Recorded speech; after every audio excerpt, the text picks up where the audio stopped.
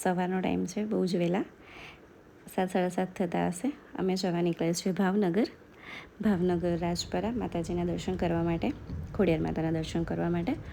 જીજુ આવ્યા હતા હૈદરાબાદથી અને એમની પણ ઈચ્છા હતી ત્યાં દર્શન કરવાની. તો બસ આજુબાજુ આ મસ્ત વ્યૂની મજા લેતા લેતા જઈ રહ્યા છે અમે. બહુ સરસ સરસ વ્યૂઝ આવે છે ત્યાં હાઈવે પર, અને હાઈવે પણ બહુ જ ફાઇન છે. નો ટ્રાફિક ને કંઈ ભીડભાડ નહીં, કશું જ નહીં. વહેલા નીકળ્યા હતા એટલે ભૂખ પણ લાગી હતી, તો એક રસ્તામાં ઊભી રાખી હતી. બહુ ફાઇન હોટલ હતી, નજીકમાં જ હતી. મે બી તારાપુર સુધીમાં હશે, પણ સારું હતું. નાસ્તો બધો ટેસ્ટમાં બી સારો હતો. એન્ડ દેન નાસ્તો કરીને અમે ફરી નીકળી ગયા, સોંગ સાંભળતા સાંભળતા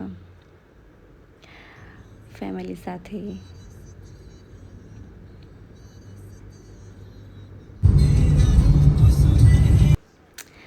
દેન અમે પહોંચી ગયા ખોડિયાર માતાના મંદિર રાજપરા.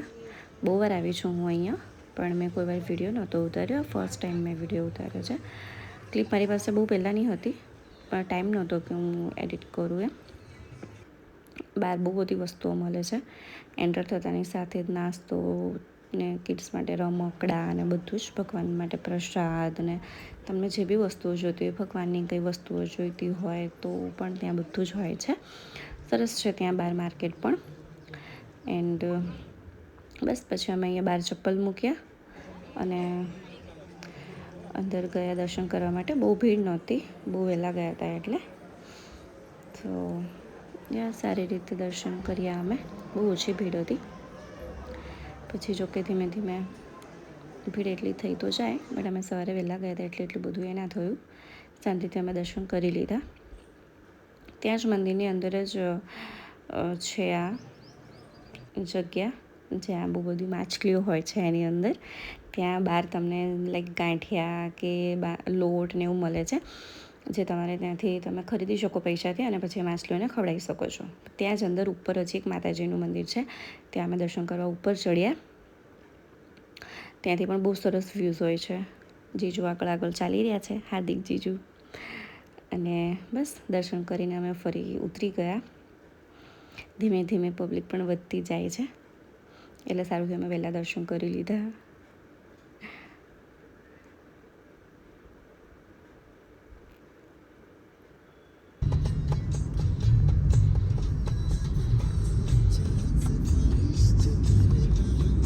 બહુ ફાઇન વ્યૂઝ છે. બસ અમે ત્યાંથી નીકળ્યા છે હનુમાન દાદાના દર્શન કરવા માટે સાળંગપુર. તો રસ્તામાં આવે છે કુંડળ કરીને એ જગ્યા છે, જે આ જગ્યા છે સ્વામિનારાયણની જગ્યા છે, જે સાળંગપુર જવાના રસ્તા પર હોય છે. અને બહુ જ મસ્ત છે. ત્યાં જોવાલાયક બહુ જ બધી વસ્તુઓ છે. એટલી મોટી ખુલ્લી જગ્યા છે, તમે બેસીને મતલબ ત્યાં નાસ્તો કરી શકો છો. બહારથી લઈને જમવાનું લઈને તમે જમી શકો છો. તમારા કિડ્સ ત્યાં રમી શકે છે. બહુ જ મોટો એરિયા છે ત્યાં, અને બહુ બધી જોવા જેવી બી જગ્યા હતી. આમ શાંતવાળું વાતાવરણ હતું.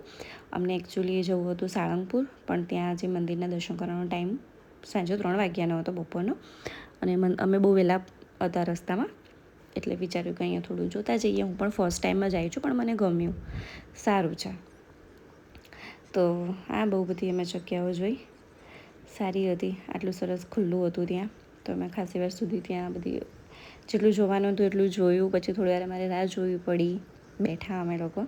આ છે નીલકંઠ વાણી. મને એટલું બધું બોલતા નથી આવડતું, મતલબ શીખું છું, તો થોડું ઇગ્નોર કરજો. યસ, આ અંદરની જગ્યા છે, એ કુંડળમાં જ. અંદર તમે જોશો તો સરસ સરસ છે ફોટોસ ક્લિક કરવા માટે. તડકો પણ એટલો હતો. અને ત્યાં સ્ટોલ છે, બુક સ્ટોલ છે, જ્યાં બધું તમને મળી રહે. સ્વામિનારાયણ ભગવાનની મૂર્તિઓ છે, પ્રતિમાઓ છે ત્યાં વાઘા સાથે. બહુ મસ્ત મસ્ત છે. જે પણ મતલબ હોય તો લઈ જઈ શકો છો ત્યાંથી. દેન પછી અમે લોકો પહોંચી ગયા સાળંગપુર હનુમાન દાદાના દર્શન કરવા માટે. ટાઈમ થઈ ગયો હતો, એટલે ત્યાં સુધી બી મતલબ પબ્લિક તો એટલી હતી જ, ભીડ થઈ જ ગઈ હતી. ગરમી પણ એટલી હતી, પણ પછી કહેવાય ને, ભક્તો બી એટલા હોય એટલે.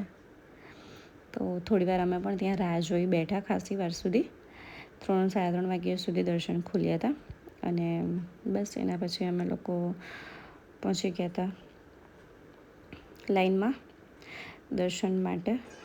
અને ખાસી બધી ભીડ થઈ ગઈ હતી ત્યાં સુધી તો જો કે, પણ અમે સારી રીતે દર્શન કરી લીધા હતા. બસ પછી ત્યાંથી નીકળી ગયા હતા અમે. રસ્તામાં મસ્ત જામફળવાળું હતું તો થોડું જામફળ ખાધું અને તેને અમે પહોંચી ગયા ઘરે.